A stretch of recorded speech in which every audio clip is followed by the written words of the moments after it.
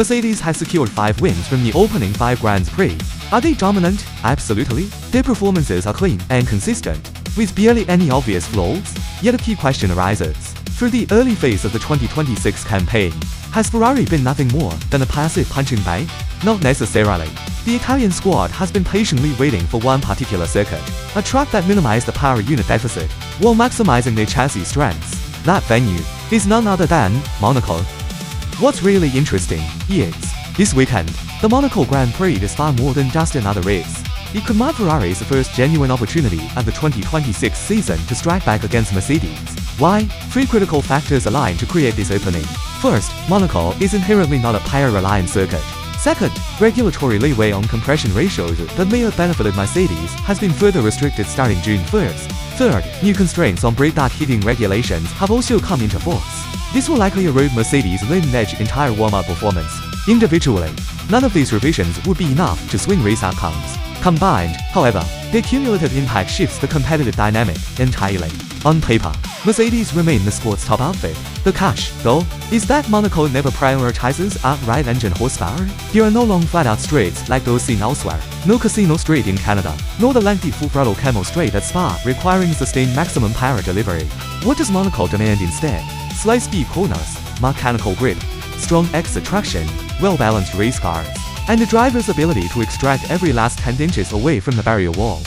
Put plainly, on other circuits, Ferrari can make up ground through the corners, only for Mercedes to pull away again on the straights, forcing Ferrari to bide their time until Monaco. That recurring narrative loses validity. Here, Ferrari's power unit shortfall has not suddenly vanished, but the layout of Ford's rival engines far less scope to deploy their horsepower advantage to the full. That is the core crux. Ferrari's biggest Achilles heel with the SF26 has long been its underperforming power unit, with industry estimates placing their horsepower deficit at roughly 20 to 30 bhp versus Mercedes. On power-focused tracks, this gap gets exponentially magnified. No matter how swift their cornering or stable their chassis, opponents simply hit full throttle on straights to rebuild their lead. Monaco operates by different rules. Corners arrive in rapid succession, and while engines still matter, instantaneous throttle response outweighs peak raw horsepower. Smooth power delivery exiting slow bands, prompt turbo spool-up, and immediate power deployment when the driver presses the accelerator are paramount. These are precisely the areas where Ferrari can unlock a competitive advantage. Available data indicates the SF26's chassis characteristics excel on low-speed layouts, demanding abundant mechanical grip. It cannot compete evenly with Mercedes across every venue. Yet if one Grand Prix exists where the car can unleash its core strengths, Monaco sits firmly at the top of the list. Complicating matters further, pivotal rule tweaks have coincided perfectly with this race weekend. Compression ratio checks will now be conducted under conditions mirroring real operational track temperatures. Closing off any thermal expansion loopholes teams may have exploited to gain extra powertrain efficiency at racing temperatures. Crucially, this does not imply Mercedes breached regulations.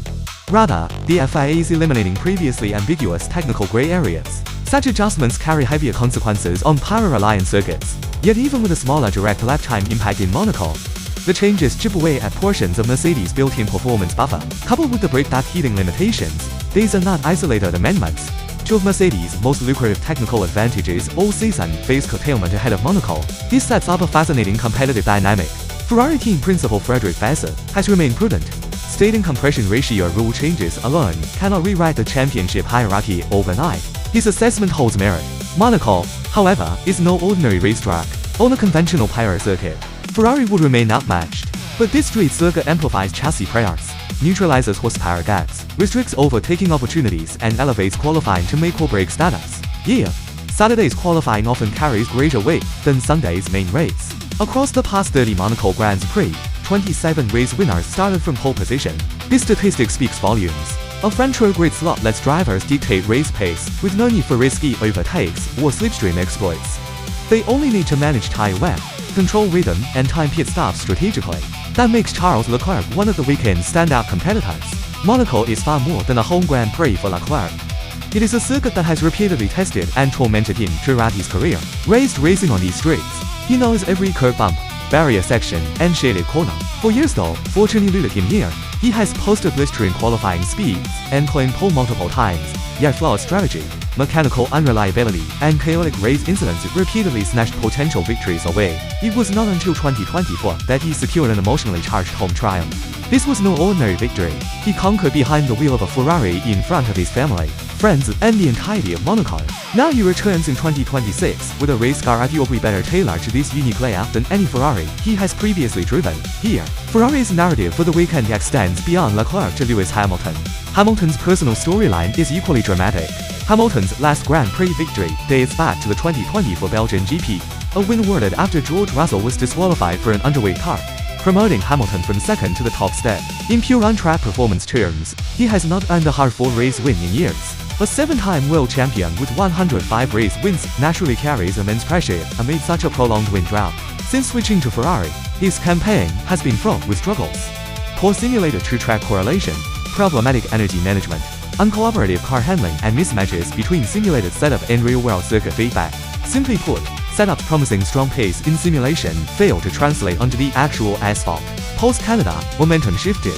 Hamilton scored his best Ferrari result to date, and his wheel-to-wheel duel with Max Verstappen reminded fans of his elite racing prowess rather than a driver persistently criticizing his machinery. Most critically, Hamilton himself has named Monaco as one of Ferrari's strongest realistic scoring openings all season. This commentary carries weight. It is not fan speculation, but a professional assessment rooted in car and circuit dynamics. Hamilton is an undisputed Monaco specialist with 3 previous victories here in 2008, 2016, and 2019. He understands how to nail a qualifying lap centimeters from the walls and how to defend track position to control and secure race wins from the front.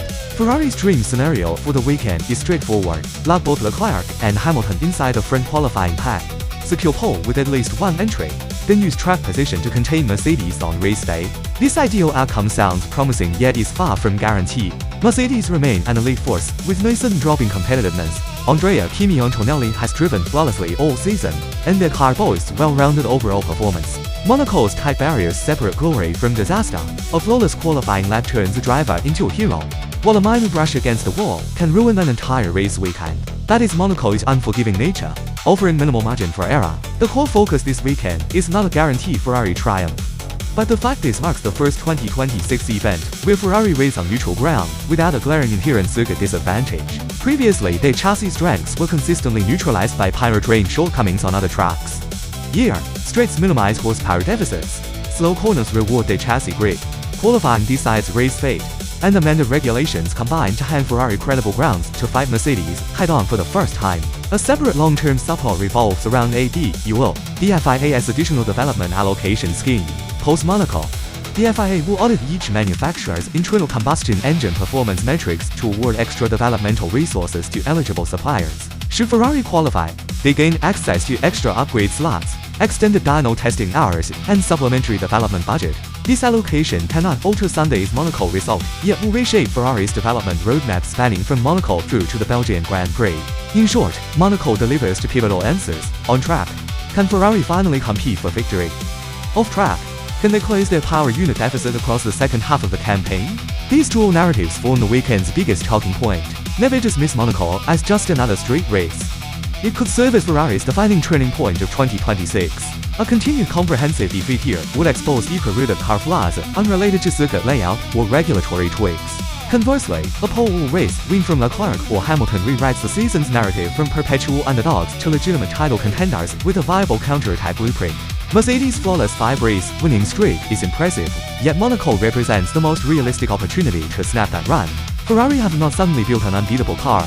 Instead, circuit traits, revised regulations, chassis strengths, and compelling driver storylines have all aligned in their favor. Leclerc chases home turf glory, Hamilton hunts his first win in years, and Mercedes aim to prove they remain the benchmark despite restrictive new technical rules. Qualifying will decide the ultimate battle. Nail Saturday's session in Monaco, and half the work for Sunday's race is complete. Follow me to unpack the untold stories unfolding inside the F1 paddock.